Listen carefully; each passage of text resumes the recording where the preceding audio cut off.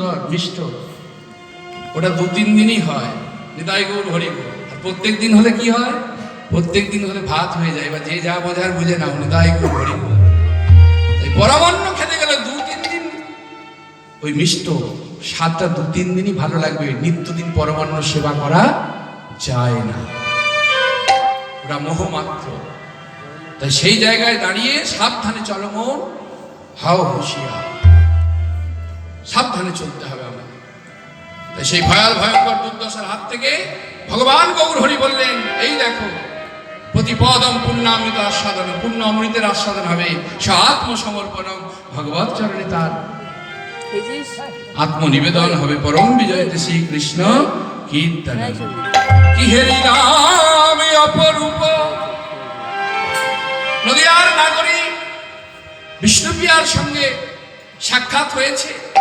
আর বিষ্ণুপ্রিয়া কাঞ্চনার কাছে কেঁদে কেঁদে বলল, ওই দামিনী দাম দমন রুচি দর্শন দূরে গেও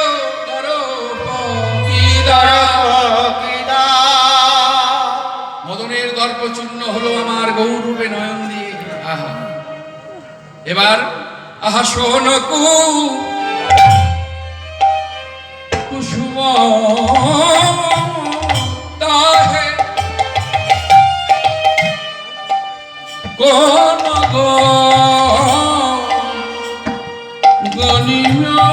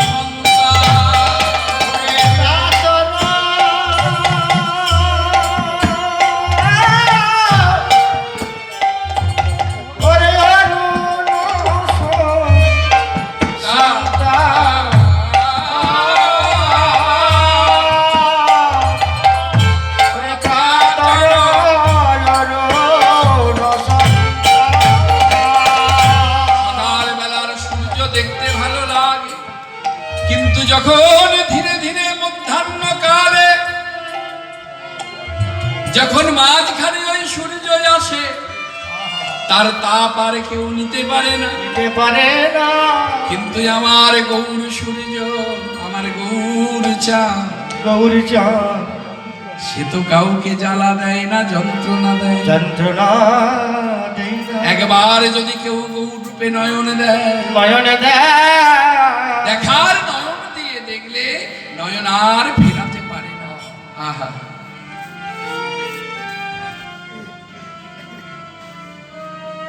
জয় জয় শ্রী রাধে। তাই আজকে আমার গৌরূপে নয়ন দিয়েছে নদিয়ার নাগরী, গৌরূপে নয়ন দিয়ে আর নয়ন ফেরাতে পারছে না। তাই মহাজন এক পাশে দাঁড়িয়ে বললেন, শোনো শোনো, আমার গৌর রূপে শুধু তুমি কেন, এ জগৎ সংসারের যে একবার নয়ন দিয়েছে, সে আর কোনদিন গৌর রূপ হইতে নয়ন ফেরাতে পারবে না। তাই ওদিকে চন্দ্রের অতি অহংকার হলো, আমার মতো রূপবান আর কেউ নাই, কিন্তু যেদিনে আমার গৌর রূপে নয়ন গেল, চন্দ্রের অহংকার দূরে গেল, আস্তে আস্তে সোনার অহংকার হলো, সোনার অহংকারও দূরে চলে গেল। সোনা মনে মনে ভাবলো, লক্ষবার আগুনে দগ্ধ হলে, সোনাকে লক্ষবার আগুনে দগ্ধ করলে তাকে বলা হয় কাঞ্চন, সে রূপকেও আমার গৌর রূপ হার মানিয়েছে। যা সম বিধিক অধিক নাহি অনুভব, তুলনা দিবার নাহি জগদানন্দ পুহু, তুলনা পুহু কপু নিরূপম গৌর গৌর কি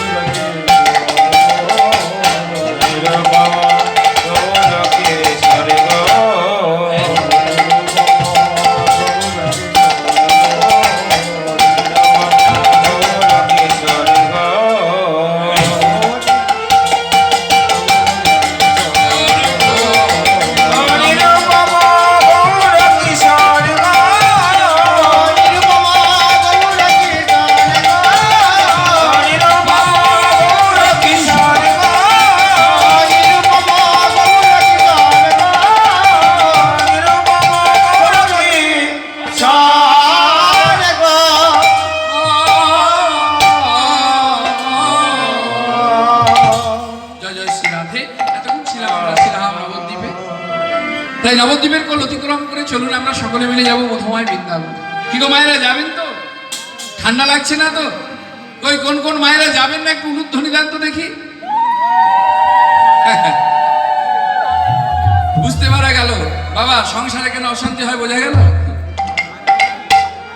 না শুনেই চিৎকার করে ওঠে। ও মায়েরা, আমি বললাম কারা যাবেন না একটু উলুধ্বনি দেন, আপনারা উলুধ্বনি দিচ্ছেন। না না, ভুল হয়েছে, আমরা সকলেই যাবো, তাই তো? নিতাই গৌর হরি বল। তবে নবদ্বীপ থেকে বৃন্দাবন যেতে গেলে কষ্ট করে যেতে হয় না গো।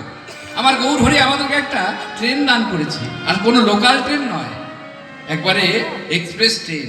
আর সেই ট্রেনটির নাম দিয়েছে প্রেম ভক্তি এক্সপ্রেস। তবে ওই ট্রেনে যদি কেউ একবার উঠে পড়ে মাঝখানে কিন্তু আর নামতে পারবে না। কেন না, আমার গৌর হরির ওই প্রেম ভক্তি এক্সপ্রেস নবদ্বীপে ছাড়ে, আর নবদ্বীপ থেকে একেবারে ইউপি উত্তরপ্রদেশ মথুরা স্টেশনে গিয়ে দাঁড়ায়। মাঝখানে কোনো স্টপেজ নাই। তবে ট্রেনে উঠলেই তো হবে না, টিকিটের দরকার। টিকিট কে দেবে? কেন টিকিট দিচ্ছে ওই বীরভূম জেলার আমার সেই দয়াল নিতাই চাঁদ নবদ্বীপের কাউন্টারে বসে। আমার দয়াল নিতাই চাঁদ করুণা করে কৃপা করে যে ভক্তকে টিকিট দেবে গো, সেই ভক্তই একমাত্র আমার গৌর হরির ওই প্রেম ভক্তি এক্সপ্রেসে চেপে নবদ্বীপ থেকে বৃন্দাবন যেতে পারে। আর আমার নিতাই চাঁদ যদি করুণা করে কৃপা করে টিকিট না দেয়, জন্ম জন্মান্তর অপেক্ষা করলেন সে ভক্তের আমার গৌর হরির ওই প্রেম ভক্তি এক্সপ্রেসে ওঠাও হবে না, আর নবদ্বীপ থেকে বৃন্দাবন যাওয়াও হবে না। তবে এখানে আমরা যে ভক্ত আছে অগণিত আর বলবো না, কিছুক্ষণ আগে পর্যন্ত অগণিত ছিল। আমার আসার আগে পর্যন্ত আমি খবর পাচ্ছিলাম যে ওরে বাবা, প্রবেশ করা যায় না, এত ভক্ত। জায়গাটার নামটা যেন কি, হোগল দ্বারা, তাই তো? হোগল দ্বারা। এই হোগল দ্বারার ভক্ত একত্রিত হয়েছিলেন। তবে ঠান্ডাটা পড়েছে বলে হয়তো অনেক মাকে চলে যেতে হয়েছে, অনেক বাবাও চলে গিয়েছেন। তো যাক, আমরা যে সকল ভক্ত রয়েছি আমাদেরকে নিতাই চাঁদ করুণা করে টিকিট দিয়ে দিয়েছি, আমরা ট্রেনে উঠেও পড়েছি। তাই এই স্থানটিকে একেবারে মুখরিত উদ্ভাসিত আলোকিত করে উলুধ্বনি জয়ধ্বনিতে আমরা সেই ট্রেনে করে নবদ্বীপ থেকে বৃন্দাবনের পথে যাই। নিতাই গৌর হরি বল। চলুন সকলে মিলে জয় জয় শ্রী রাধে। গঙ্গা যমুনা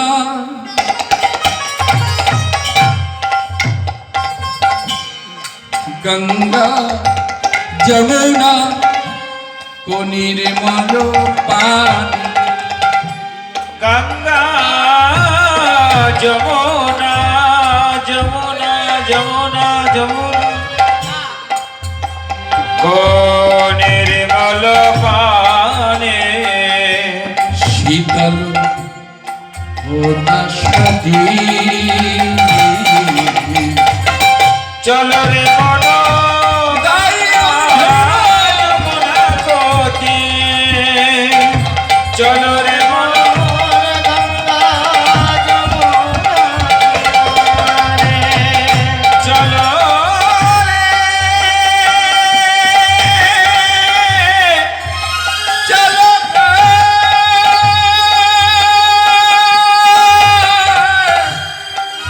চলো রে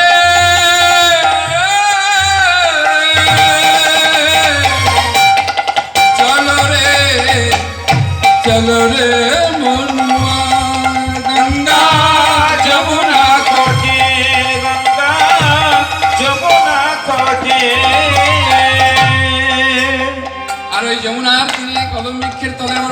দণ্ডায়মান।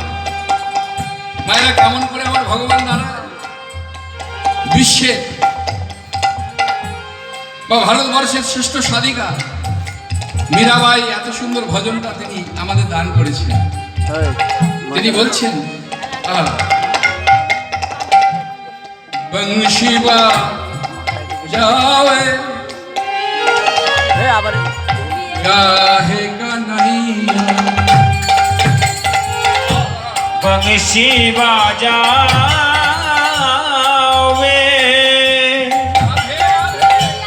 कौवे कन्हैया। তাহলে কদম বৃক্ষের তলে দাঁড়িয়ে বংশী ধ্বনি করছে, দাঁড়ানোর ভঙ্গিমাটা কেমন? ঠিক বংশী হাতে এইভাবে, এই যে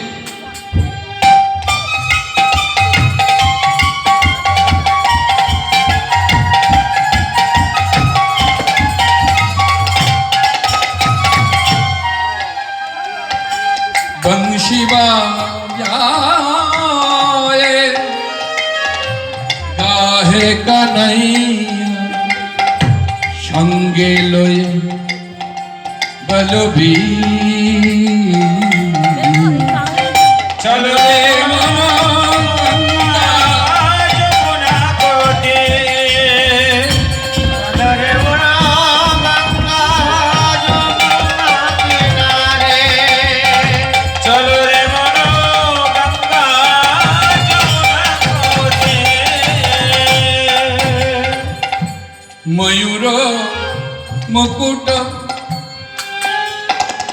আমার ভগবানের মস্তকে চূড়ার মধ্যে ময়ূর পুচ্ছ, এই কথা আপনারা জানেন, তবু একটু স্মরণ করিয়ে দিই। মায়ের কেন এই ময়ূর পুচ্ছ রাখলেন ভগবান? ভগবান কৃষ্ণচন্দ্র একদিন বিরজার পুজো নিশিরাপন করছিলেন, আর কোন সখী মুখে রাধারানী সংবাদ পেলেন, রাধে ও রাধে, কিরে সখী এমন হন্তদন্ত হয়ে ছুটে এলি, কি হয়েছে বল? না ও রাধে, তোর মাধবকে দেখলাম বিরজার কুঞ্জে নিশি যাপন করছে। কি গো মায়েরা, এমন বার্তা যদি কোনো মায়ের কর্ণে কেউ দেয়, মায়ের কি হৃদয় আর স্থির থাকে? কখনোই না। একটু দেরি করে ফিরলে পরে কত কই ফেরত দিতে হয়। হ্যাঁ, বলছে স্বামীকে বাঘের মুখে ফেলে দেবে, কিন্তু তবু সতীনকে দেবে না, কি না? একটা কথা আছে না, জয় জয় শ্রী রাধে। ছুটে চললেন রাধারানী বিরজার কুঞ্জে, ছুটতে ছুটতে গিয়ে এবার বিরজার কুঞ্জে প্রবেশ করতে যাবে, প্রবেশ করতে পারল কেন না? সেখানে ভগবানের একজন প্রিয় সখা, খুব চতুর সখা, যে সখার নাম হচ্ছে শ্রীরাম, সেই শ্রীরাম সখা দাঁড়ি। এই শ্রীরাম, আরে এখানে কি করছিস? সব আরে না, কি রে, সরবি না? আরে আমি রাধা রানী। হ্যাঁ, শ্রীরাম বলছে তুমি যেই হও না কেন, আমি তোমায় চিনি, তথাপি আমি তোমায় যেতে দেব। বলছে এমন করছিস শ্রীরাম? বললাম তো যেতে দেব না, কিন্তু শ্রীমতী রাধারানী শ্রীরামকে উপেক্ষা করে যেই প্রবেশ করতে গেল, আর শ্রীরাম ধাক্কা মেরে রাধারানীকে মারল, আর যেই মাটিতে ফেলে দিয়েছে, রাধারানী মাটিতে পড়ে শ্রীরামকে বলে, শ্রীরাম তুই দৈত্যের মতো আচরণ করলি আমার উপরে, তবে শোন শ্রীরাম, তুই যেমন দৈত্যের মতো আচরণ করলি, আমি তৈরি করি অভিশাপ, তোর দৈত্য বলে জন্ম হয়। শ্রীরাম করজোরে বলল, গো রাধে, আমি অপরাধ করলাম লঘু, আর তুমি আমাকে গুরুদণ্ড দিলে,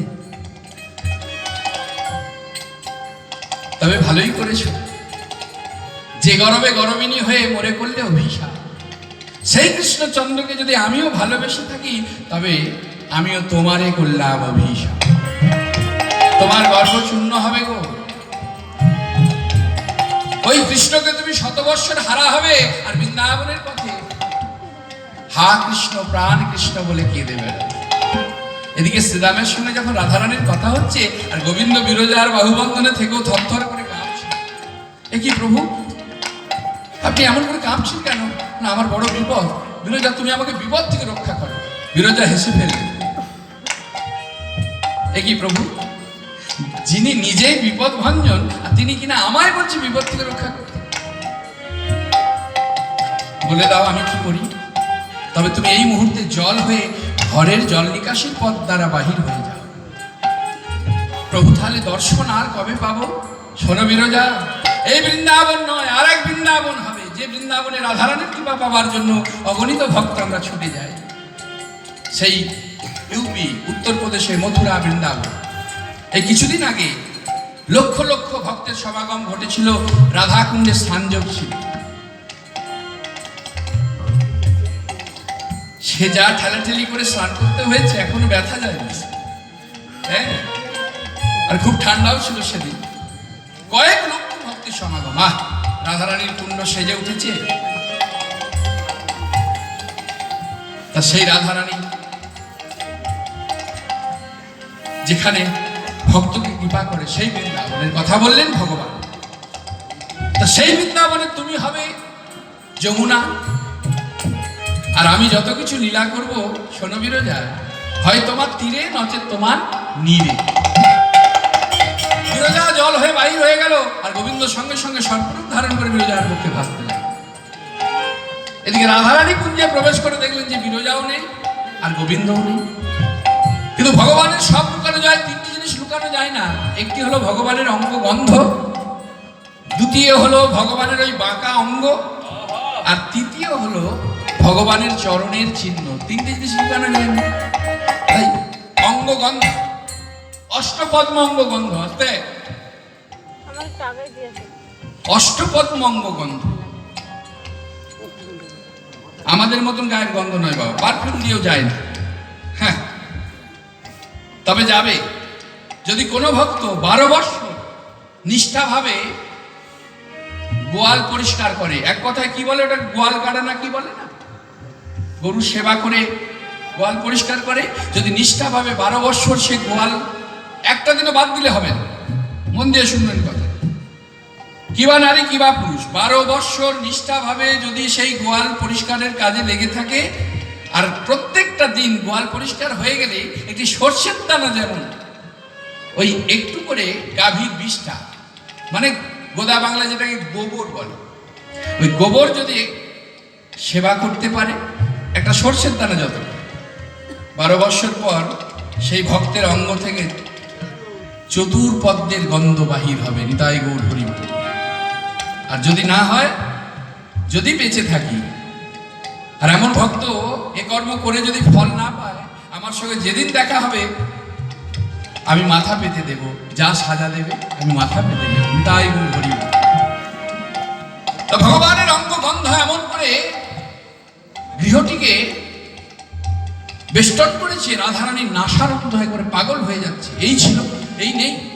ও তবে দেখি চতুরের শিরোমণি, ধ্যানে দেখলেন ও তুমি সর্প হয়ে বিরজার পক্ষে ভাষ্য, বিরজা হয়েছে জল। তবে আমিও কম নয়, দেখবে আমি কি করতে পারি। এই বলে রাধারানী ময়ূরিণীর রূপ ধারণ করে বিরজার পক্ষ থেকে তুলে নিয়ে এলেন। আর মাধব বললেন, ওগো রাধে, এত চাতুরি করলাম তাও ধরা পড়ে গেলাম। যাক, ধরা যখন পড়েই গেলাম, তবে ভক্তের কাছে প্রমাণের জন্য এই বৃন্দাবনের ময়ূরের পুচ্ছ আমি আমার মস্তকে রাখলাম। ময়ূর পুচ্ছ দর্শন করবে আর ভক্ত স্মরণ করবে তোমাকে রাধে, যে তুমি আমার জন্য কি না করতে পারো। ময়ূর মুকুট পীতাম্বর শোভে, ময়ূর মুকুট পীতাম্বর শোভে, উন্নত কুণ্ডল ঝলকই চলো রে মন গঙ্গা যমুনা কবি, চলো রে মন গঙ্গা যমুনা কবি। मीरा के प्रभु। সেই ভারতবর্ষের শ্রেষ্ঠ সাধিকা ভজনের দ্বারা ভগবান এত কাছের হয়ে গিয়েছিল, এত প্রিয় হয়ে গিয়েছিল, বৃন্দাবনে সেই ভজন কুটির এখনো আছে। মীরা কে প্রভু गिरधारी नागर मीरा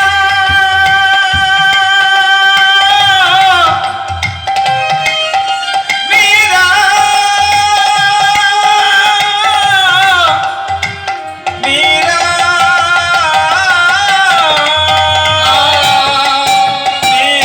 मीरा मीरा के प्रभु गिरधारी नगर चरण कमल परोशी चल रे मना गंगा जमुना कोटी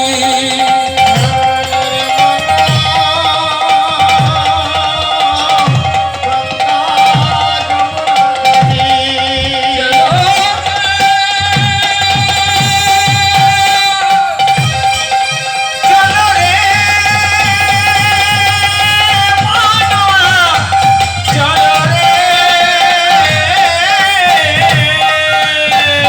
चल रे मानवा गंगा जमुना कदी गंगा जमुना कदी गंगा जमुना कदी जमुना कोटी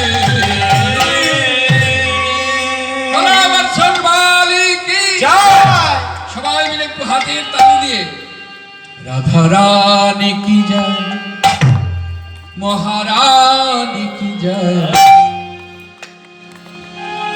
বল বর্ষণ वाली की जय जय राधा रानी की जय महारानी की जय बोलो वर्षण वाले की जय जय जय रानी की जय महारानी की जय फूल बरसन वाली की जय जय जय रानी की जय महारानी की जय बोलो वर्षण वाले की जय जय जय राधा रानी की जय महारानी की जय राधा रानी की जय महारानी की जय राधा रानी की जय महारानी की जय बोलो बरसन वाली की जय जय जय बरसन वाली की जय जय जय बोलो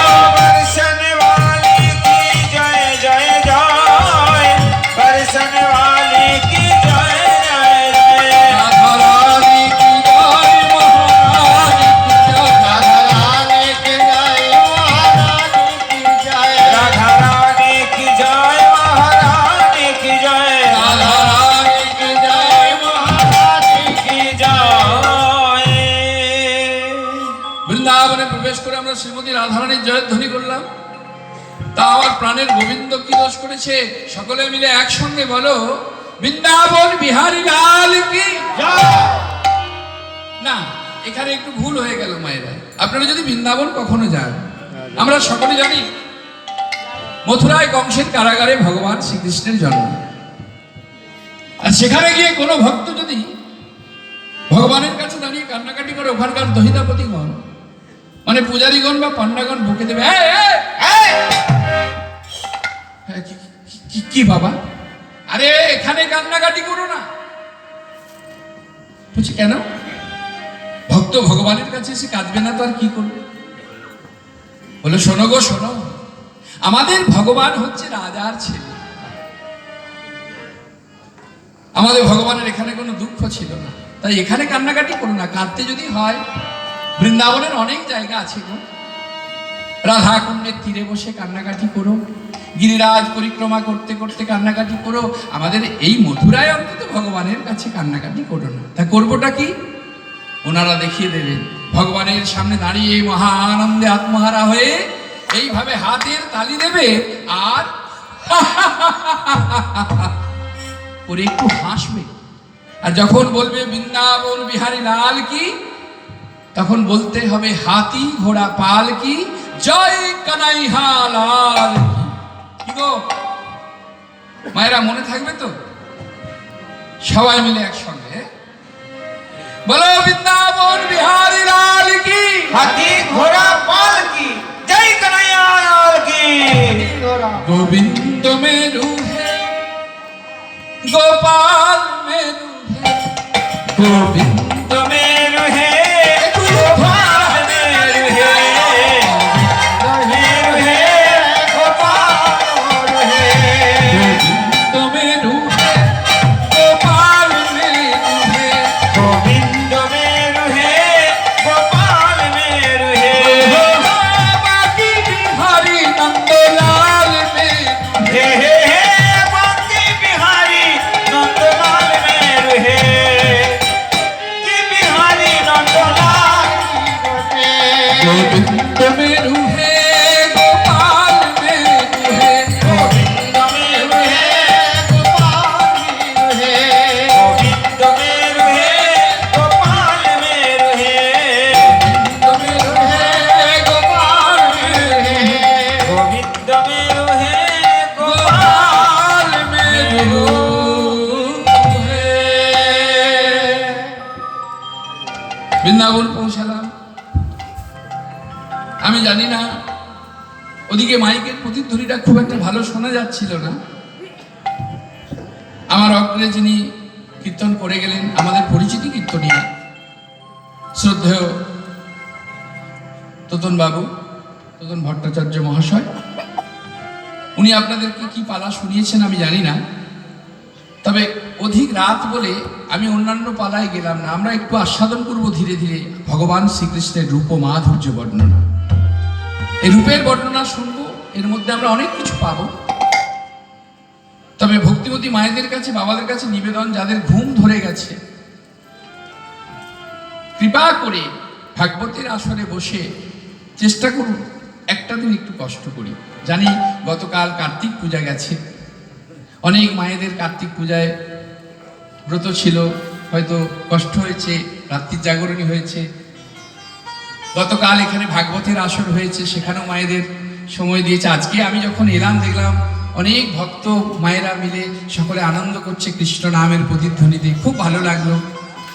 আর সব থেকে বড় ভালো লাগলো, আমি সব বাড়ি দেখিনি, তবে এখানে 2-3টে বাড়ি যা দেখলাম, আমি যাবার পথে আসার পথে দেখলাম যে সকলের বাড়িতে তুলসী মঞ্চ রয়েছে।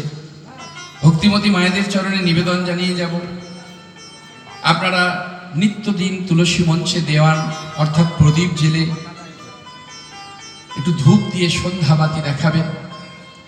কেননা আমাদের জীবনের ওই যে লগ্ন, ওই যে সময়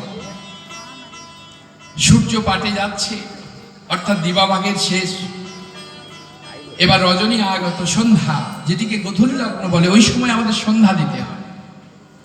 কেন না, শাস্ত্র মতে নিয়ম আছে ওই সময়টাতেই নাকি আমাদের প্রত্যেকটা সংসারে কাল সর্প প্রবেশ করে। নিতাই গৌর হরি বল।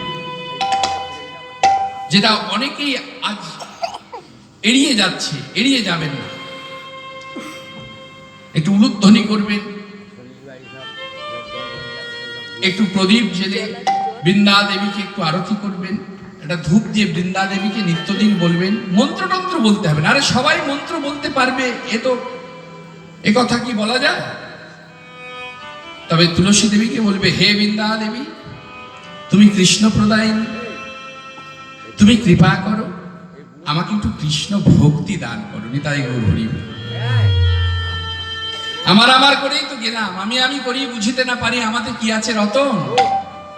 যার শক্তি বলে বেড়াই চলে বলে, তার অভাবেই হবে একদিন এ দেহের কীর্তন।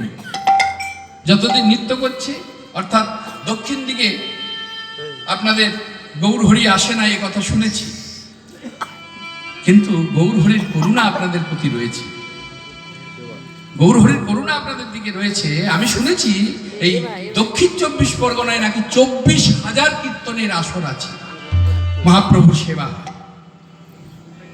আমি হয়তো বেশি আসতে পারি না, আমার প্রোগ্রামটা একটু অন্যদিকে থাকি বেশি, তবে মাঝের মধ্যে আমি আপনাদের 2-1টা প্রোগ্রামে 24 পরগনায় আসি। 24 পরগনায় যদি কোনো কীর্তনিয়া কীর্তন করতে না আসে, এ কথাও বলতে শুনেছি যে তিনি কীর্তনিয়া নন। 24,000 কীর্তনের আসর, এই প্রভু কতখানি কৃপা। সেই জায়গায় দাঁড়িয়ে আপনারা কৃষ্ণ নামে মেতে উঠবেন, সন্ধ্যাপতি আপনারা দেবেন, আর বৃন্দা দেবীকে বলবেন, হে বিন্দে, তুমি আমাকে একটু কৃষ্ণ ভক্তি দান, ব্যাস, আর কিছু না। দেখবেন আর কিছু চাওয়া পাওয়া লাগে না। কি চাইবেন তেনার কাছে? তিনি না চাইতেই সব দেয়, চাইলে কিছু পাওয়া যায় না। আর সেই ভগবানের আমরা রূপমাধুর্য আস্বাদন করব।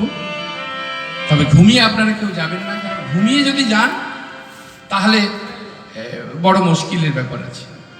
কেননা কেমন হবে জানেন তো, কাল যখন এই যে রাত জেগে কীর্তন শুনে সকালে বাড়ি যাবেন, সংসারের ছেলে কি বৌমা জিজ্ঞাসা করবে, মা হ্যাঁ গো বাবা কেমন কীর্তন শুনলেন, নেড়া মাথা ছেলেটা এলো কেমন গান করলো, আপনারা উত্তর দিতে পারবেন। কেননা এই কথাটাও একটু বলে দিয়ে যায়, শাশুড়ি বৌমাকে বলছে, বৌমা কি মা, হলো সকাল করে কাজ গুছিয়ে না। বলো কেন মা? না আজকে গ্রামে দিগ্বিজয়ী অপেরার যাত্রার দল আসছে, যাত্রাপালার নাম কৃষ্ণ ভক্ত গরু।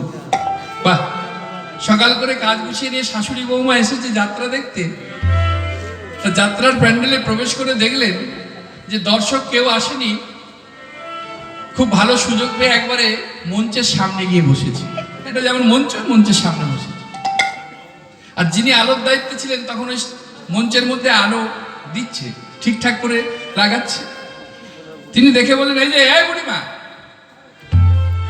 হ্যাঁ বাবা, তা এখন থেকে বসে আছো, কি ব্যাপার? বলো কেন বাবা, যাত্রা দেখো। বলছে দূর, যাত্রা শুরু হবে সে রাত্রি 10টার সময়, আর এখন থেকে এসে বসে আছো। সে কি গো বৌমা, রাত্রি 10টায় যাত্রা শুরু হবে, সবে মাত্র 6টা বাজছে, এই 4 ঘন্টা বসে থাকতে হবে? আবার এতটা পথ, ঘরে যাব আবার আসবো, দরকার নেই, বরঞ্চ চলো ওই ঠাকুর বারান্দায় গিয়ে একটু শুয়ে পড়ি। আর বৌমা শাশুড়ি গিয়ে ঠাকুর বারান্দায় শুয়েছে। এ বাবা, মাগো যেন আঁচলে ঘুম বেঁধে নিয়ে এসেছে, আঁচল থেকে খুলে আর চোখে লাগিয়ে নিয়েছে। এমন ঘুম ঘুমিয়েছে, যাত্রার দল এলো, যাত্রা আরম্ভ হয়ে গেল, যাত্রা শেষ হয়ে গেল, শাশুড়ি বউয়ের ঘুম ভাঙল না। এবার যাত্রা শুনে দর্শক সব বাড়ি চলে গেছে। এবার শিল্পী তারা চলে যাবে।